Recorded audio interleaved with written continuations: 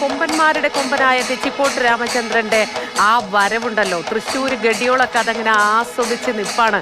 ഇന്ന് എല്ലാവരും തൃശ്ശൂരുകാരാണല്ലോ. പൂരപ്പറമ്പിൽ ജനം ഒന്നാകെ ഇളകിയ ആരാധകരോടുകൂടി അങ്ങനെ ആവേശം കൊണ്ട് തെച്ചിക്കോട്ടുകാവ് രാമചന്ദ്രൻ.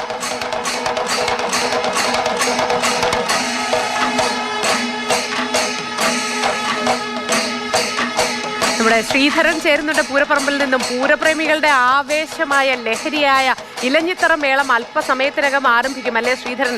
എന്താണ് അവിടെ നിന്നുള്ള ഈ പൂരവിശേഷങ്ങളുടെ ഏറ്റവും പ്രധാനപ്പെട്ട വിവരങ്ങൾ പങ്കുവയ്ക്കും ശ്രീധരൻ. മൊത്തി എല്ലാവരും കാത്തിരിപ്പിലാണ്. ദൃശ്യങ്ങൾ കാണാം. ഇതാണ് വടക്കുന്നാഥന്റെ ഇലഞ്ഞി പൂത്തുലഞ്ഞ് നിൽക്കുകയാണ്. വൈകാതെ തന്നെ ഇലഞ്ഞിത്തറ മേളത്തിന് തുടക്കമാകും. പാർമേക്കാവ് ഭഗവതി ഇതിനോടൊപ്പം തന്നെ ക്ഷേത്രത്തിൽ നിന്ന് പുറപ്പെട്ടിട്ടുണ്ട്. ചെമ്പട കൊട്ടി നടപ്പാണ്ടിയായി വടക്കുന്നാഥ ക്ഷേത്ര സന്നിധിയിലേക്ക് ഇലഞ്ഞിച്ചോട്ടിലേക്ക് ഭഗവതി എത്തിച്ചേരും. ഏറ്റവും പ്രത്യേകത ഈ പാണ്ടിമേളം, അസുരതാളം, അത് മതിൽക്കകത്ത് കൊട്ടുന്നത് വടക്കുന്നാഥ ക്ഷേത്രത്തിൽ മാത്രമാണ്. എന്തായാലും ഷോയി ഇത്തവണ പൊരിക്കല്ലേ? പൊരിക്കന്നെ കണ്ടില്ലേ, ഇലഞ്ഞി ഇങ്ങനെ പൂത്ത് നിൽക്കുകയാണ്. ഇലഞ്ഞി പൂത്ത് കഴിഞ്ഞാൽ പൂരക്കാലമായി എന്നാണ് തൃശ്ശൂർക്കാർ വടക്കുന്നാഥ. ഇലഞ്ഞി പൂത്ത പൂരം കെങ്കേമാവും. അതെ, പൂരം കെങ്കേമാവും. അതുപോലെ തന്നെ ഇത്തവണ ഇലഞ്ഞിത്തറ മേളം അതിഗംഭീരാവുന്നത് തന്നെയാണ്. കാരണം കഴിഞ്ഞ തവണ മുതൽ അനിയന്മാരാണ് കിഴക്കൂട്ടാശാൻ പൊരിക്കും. അതുപോലെ അതിനു മുൻപ് കുട്ടന്മാരായിരുന്നപ്പോഴും അതിഗംഭീരായിരുന്നു. ഈ കഴിഞ്ഞ തവണയും അതുപോലെ തന്നെ ഇത്തവണയും അതിഗംഭീരമാവും. എന്തായാലും അധികം വൈകാണ്ട് തന്നെ ഈ പാറമേക്കാവിൻ്റെ വിഭാഗംകാർ ഇങ്ങോട്ടേക്ക് എത്തും. മേളക്കാരുൾപ്പെടെയുള്ളവർ എന്തായാലും രണ്ടരയ്ക്ക് ആദ്യം കോലിടും അല്ലേ? 1 മണിക്കൂർ കറക്റ്റ് സമയത്തിന് തന്നെയാണ് ഇപ്പോൾ ഇവിടെ ചടങ്ങുകളൊക്കെ പോയിക്കൊണ്ടിരിക്കുന്നത്. അപ്പോൾ അതുകൊണ്ട് തന്നെ 2:30 തന്നെ എന്തായാലും തുടങ്ങും. നമുക്ക് കുറച്ച് ആളുകളുണ്ട്, അതായത് നമുക്ക് അതിൻ്റെ ഭാരവാഹികളോടൊന്ന് ചോദിക്കാം. എന്തായി ഒരുക്കങ്ങൾ? ഇലഞ്ഞിത്തറ മേളത്തോളം എത്രത്തോളം നമ്മൾ ഉഷാറാക്കും? പതിവ് പോലെയൊക്കെ എല്ലാം ഉണ്ടാവില്ലേ?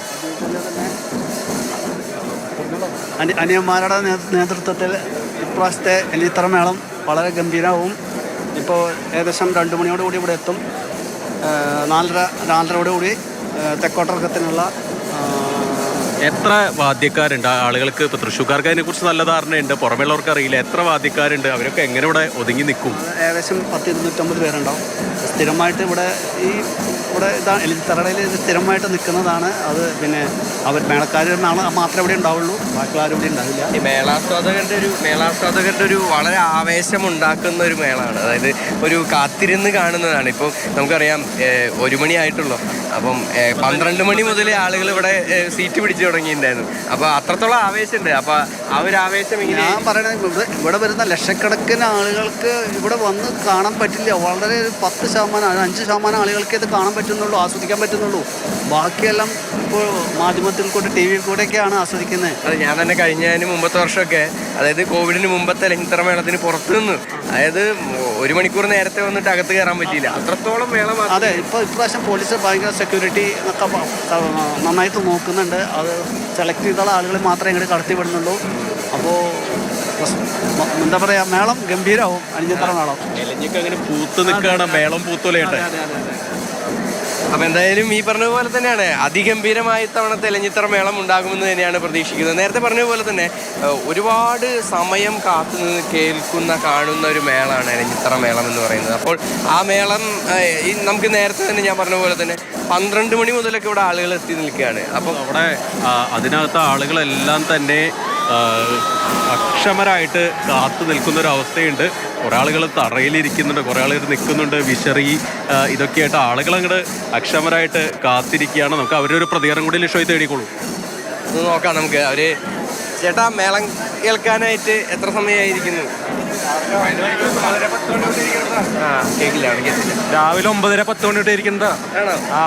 എന്തുകൊണ്ടാണ് ഇത്രയും നേരം കാത്തിരുന്ന് ഈ ഒരു മേളം കേൾക്കാൻ? നമുക്ക് ഇത്ര ജനങ്ങൾ കൂടി വരാണ്. അല്ലാതെ നമുക്ക് കണ്ട് ഇറങ്ങാൻ പറ്റില്ല. അപ്പം ഏതെങ്കിലും ഒന്ന് മെയിൻ കോൺസെൻട്രേറ്റ് ചെയ്തിട്ട് അവിടെ വന്നിരിക്കണം.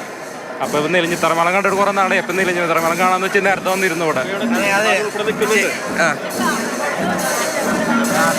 കാസർഗോഡ് നിന്നാണോ വരുന്നത്? കാസർഗോഡ് നിന്ന് ഉൾപ്പെടെ വരുന്നത് ഓസ്ട്രേലിയ. അതെ, അങ്ങനെ പല ലോകത്തിന്റെ പല ഭാഗത്ത് അതായത് കേട്ടറിഞ്ഞ് തൃശ്ശൂരിൽ നിന്ന് മാത്രമല്ല, സാധാരണ എനിക്ക് തോന്നുന്നു കൂടുതലും തൃശ്ശൂർക്കാരാണ് ഈ എല്ലാം ചോട്ടിലുണ്ടാവുക. കാസർഗോഡ് നിന്ന് ആള് വന്നിക്കണു, രാവിലെ കുമളിന്ന് കണ്ടു, വയനാട്ടിൽ നിന്ന് കണ്ടു, രാമൻ ഒരുപാട് ആളുകൾ. എനിക്കൊന്ന് സുജി കേൾക്കാമെങ്കിൽ അവിടെ തെച്ചിക്കോട്ടുകാവ് രാമചന്ദ്രൻ ഇപ്പോൾ വടക്കുന്നാഥ ക്ഷേത്ര, തെച്ചിക്കോട്ടുകാവ് രാമചന്ദ്രനല്ല, നെയ്തലക്കാവ് അമ്മ ഇപ്പോൾ വടക്കുന്നാഥ ക്ഷേത്ര സന്നിധിയിലേക്ക് അകത്തേക്ക് വന്നുകൊണ്ടിരിക്കുകയാണ്. അതിന്റെ ഒരു ആരവൊക്കെ കൃത്യമായിട്ട് ആ എരമ്പല് നമുക്ക് കേൾക്കാനുണ്ട്. അതിന് കാരണം തെച്ചിക്കോട്ടുകാവാണ്. അതെ, തീർച്ചയായും. അതായത് പുറത്ത് നിൽക്കാൻ കഴിയാത്ത അത്രയ്ക്ക് ആളുകൾ ഉണ്ടായിരുന്നു നെയ്തലക്കാവിലമ്മയുടെ ആ എഴുന്നള്ളിപ്പ് വരുന്ന സമയത്ത്.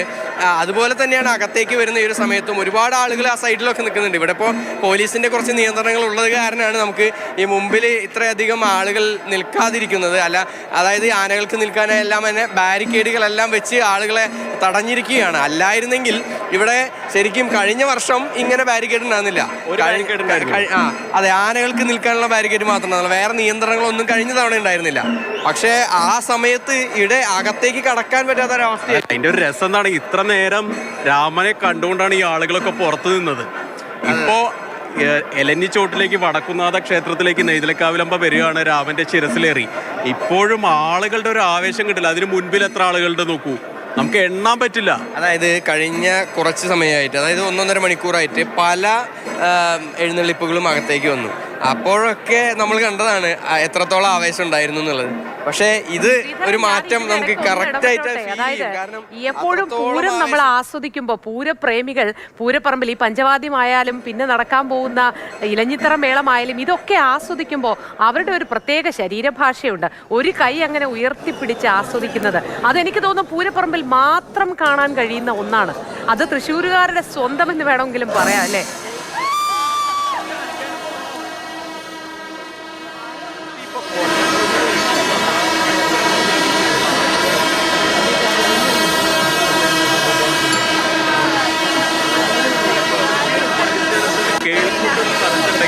താളം പിടിച്ചു പോയിരിക്കുമെന്നുള്ള കാര്യത്തിൽ യാതൊരു തർക്കവുമില്ല.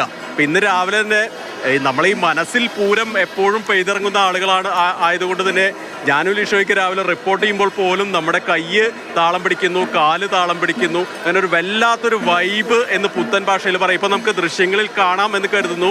തെച്ചിക്കോട്ടുകാവ് നെയ്തലക്കാവിലമ്മ, തെച്ചിക്കോട്ടുകാവ് രാമചന്ദ്രൻ ഇപ്പോൾ വടക്കുന്നാഥനെ വണങ്ങി ഈ ശ്രീമൂലസ്ഥാനം കടന്ന് ഇലഞ്ഞിച്ചോട്ടിലേക്ക് എത്തിയിരിക്കുന്ന ഒരു കാഴ്ചയാണുള്ളത്. ഇപ്പോഴും നോക്കൂ, ആളുകളുടെ ആരവം കേൾക്കാമെന്ന് കരുതുന്നു. രാമ രാമ എന്നുള്ള ആ വിളികളാണ് എല്ലാവരും ഈ കാത്തു നിന്നിരുന്നത്. ഈ ഇലഞ്ഞിച്ചുവട്ടിൽ കാത്തിരുന്നത് ഇലഞ്ഞിത്തറ മേളം കേൾക്കാൻ കൂടി, അതിനോടൊപ്പം തന്നെ ഈ രാമന്റെ വരവിനും കൂടിയാണ്. പുറത്ത് അത്രയധികം ആളുകളുണ്ട്. അതിനേക്കാൾ കൂടുതൽ ആളുകൾ ഒരു പക്ഷേ ഇവിടെ കാത്തു നിൽക്കുന്നുണ്ടായിരുന്നു എന്ന് വേണമെങ്കിൽ നമുക്ക് പറയാൻ സാധിക്കും. ഈ ചെറിയ സ്ഥലത്ത് പോലും തിങ്ങി നിറഞ്ഞ ആളുകൾ നിൽക്കുകയാണ് ഈ ആനയെ കാണുന്നതിന് വേണ്ടി. ഒരു അഴക് നോക്കൂ ലിഷോയ്. തീർച്ചയായും ആ ഒരു തലയെടുപ്പ്, രാമന്റെ അത്ര തലയെടുപ്പുള്ള ഒരു ആന വേറെ ഇല്ലാത്തത് കൊണ്ട് തന്നെയാണ് ഇത്രയും അധികം ആരാധകരുള്ളത്. കാരണം മറ്റ് ഒരാനകൾക്കും ഇത്രയേറെ ഫാൻസ് ഇല്ല. അതിനൊരു കാരണമെന്ന് പറയുന്നത് ആന നിലവിലൊരു നിൽപ്പ് നിന്നാൽ അതൊരു നിൽപ്പ് തന്നെയാണ്. അത് തൃശ്ശൂർക്കാർക്ക് മാത്രമല്ല, ആനപ്രേമികൾക്ക് എല്ലാവർക്കും അതറിയാം. അതുകൊണ്ട് തന്നെയാണ് ഈ ആനയ്ക്ക് ഇത്രയേറെ ആരാധകരുള്ളത് എന്നുള്ളത്. ഈ ആനയെ ഏറ്റവും കൂടുതൽ പൂരത്തിന് പങ്കെടുപ്പിക്കാതിരിക്കാനുള്ള ആളുകൾ ഒരുപാട് പുറത്തു നിൽക്കുന്നുണ്ട്. അതുപോലെ പങ്കെടുപ്പിക്കണമെന്ന് ആഗ്രഹിക്കുന്ന ആളുകളുണ്ട്. ഇപ്പോൾ ഈ ആരവം കേൾക്കാം. ഈ നെയ്തലക്കാവിലമ്മ ഇലഞ്ഞിച്ചോട്ടിലേക്ക് എത്തിയിരിക്കുന്നു. തെച്ചിക്കോട്ടുകാവ് രാമചന്ദ്രൻ ഇതാ ശ്രീ വടക്കുന്നാഥനെ വലം വെച്ചുകൊണ്ട് തുടങ്ങിയിരിക്കുന്നു. ഏതായാലും ആളുകൾ വലിയ ആവേശത്തിൽ തന്നെയാണ് ഇപ്പോൾ. ഇത് ഇലഞ്ഞിത്തറ മേളത്തിന് മുൻപുള്ള ഒരു സാമ്പിൾ എന്ന രീതിയിൽ തന്നെയാണ് ആളുകൾ ഈ തെച്ചിക്കോട്ടുകാവിൻ്റെ ഈ വരവിനെ കാണുന്നതിൽ കാര്യത്തിൽ യാതൊരു സംശയവുമില്ല. അതായത് ഇത്ര നേരം അക്ഷമരായിട്ട് ഇവിടെ ആളുകൾ ഇരിക്കുകയാണ്. കഴിഞ്ഞ ഏതാനും മണിക്കൂറുകളായി 10 മണിക്കൊക്കെ ഈ ഇലഞ്ഞിച്ചോട്ടിൽ ഇടം പിടിച്ച ആളുകളുണ്ട്. ഇവരൊക്കെ ഇനി 4:30 വരെ ഇതേ ഇരിപ്പ്, ഇതേ നിപ്പ് തന്നെ നിൽക്കും. ഒരു തുള്ളി വെള്ളം കുടിക്കാതെ, ഭക്ഷണം പോലും കഴിക്കാതെ ഇതിനകത്ത് നിൽക്കും. അത്രയും വലിയ ആവേശം ഈ ഇലഞ്ഞിത്തറ മേളത്തിനെ സംബന്ധിച്ചുകൊണ്ട്. ലോകത്തിലെ ഏറ്റവും മനോഹരമായിട്ടുള്ള സിംഫണി എന്നാണ് ഇലഞ്ഞിത്ര മേളം കണക്കാക്കപ്പെടുന്നത്. 250ഓളം കലാകാരന്മാർ അണിനിരന്നുകൊണ്ട് ഒരേ താളത്തിൽ, ഒരേ വേഗത്തിൽ, ഒരേ മനസ്സോടെ അവതരിപ്പിക്കുന്ന, കാതിന് ഇമ്പം പകരുന്ന ആ സിംഫണി ഇവിടെ അല്ലാതെ നമുക്ക് മറ്റെവിടെ കാണാനാകുമെന്നുള്ളതാണ് ഏറ്റവും എപ്പോഴും നമ്മൾ എടുത്തു പറയേണ്ട ഒരു കാര്യം. എനിക്ക് അക്കാര്യത്തിൽ വലിയ ഭാഗ്യമുണ്ട്. പലപ്പോഴും ഇലഞ്ഞിത്ര മേളം അടുത്തുനിന്ന് കേൾക്കാനും ആസ്വദിക്കാനുമൊക്കെ റിപ്പോർട്ട് ചെയ്യുന്നതിൻ്റെ ഒപ്പം തന്നെ നിരവധി തവണ ഭാഗ്യം ലഭിച്ചിട്ടുണ്ട്. ഇപ്പോൾ എന്നോടൊപ്പം കെ ശ്രീരാജ് കൂടി ചേരുന്നുണ്ട്. അദ്ദേഹം നിരവധി തവണ ഈ ഇലഞ്ഞിത്ര മേളത്തെക്കുറിച്ച് അത്യാവശ്യം നല്ല ധാരണയുള്ള വ്യക്തിയാണ്. ഇതിപ്പോൾ ഇലഞ്ഞിത്ര മേള എല്ലാ വർഷവും ഒരുപോലെയാണ്, ഒരു വ്യത്യാസമില്ല, ഒരേ സ്ഥലത്ത് കിടക്കുന്നു, ഏതാണ്ട് ഒരേ മേളക്കാരനെ കൊട്ടുന്നു.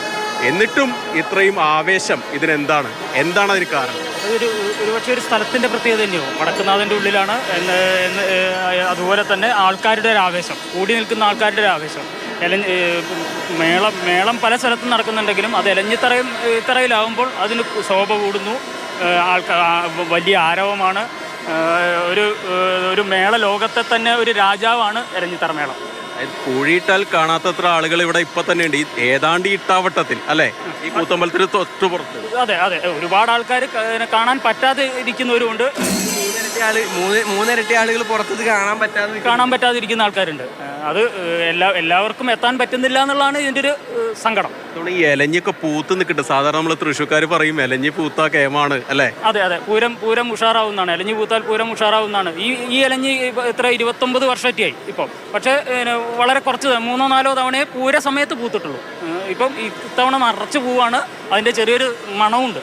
ഇപ്പം എത്ര നേരം നമ്മൾ കാത്തിരിക്കുന്നുണ്ട്? പാറമേക്കാവിലൊക്കെ രാവിലെ പോയിരുന്നല്ലോ. ഇപ്പോൾ എഴുന്നള്ളിപ്പൊക്കെ ഇപ്പോൾ എവിടം വരെയൊക്കെ എത്തിയിട്ടുണ്ടാവും. എപ്പോൾ നമുക്കിവിടെ കാലമിടും? ഇവിടെ 2 മണിക്ക് ശേഷം എന്തായാലും തുടക്കം ആവുള്ളൂ. അതുവരെ മറ്റ് പറമേക്കാവിൻ്റെ വരവും കാര്യങ്ങളൊക്കെ ഉണ്ടല്ലോ. ഇപ്പോൾ തെച്ചിക്കോട്ട് രാമേന്ദ്രൻ വന്നു പോയതേ ഉള്ളൂ. ഇനി അതിനുശേഷം ഇപ്പം ഘടകപൂരം വരാനില്ല. ഇനി വരാനില്ല. നെയ്തലക്കാവോട് കൂടി അത് പൂർത്തിയായി.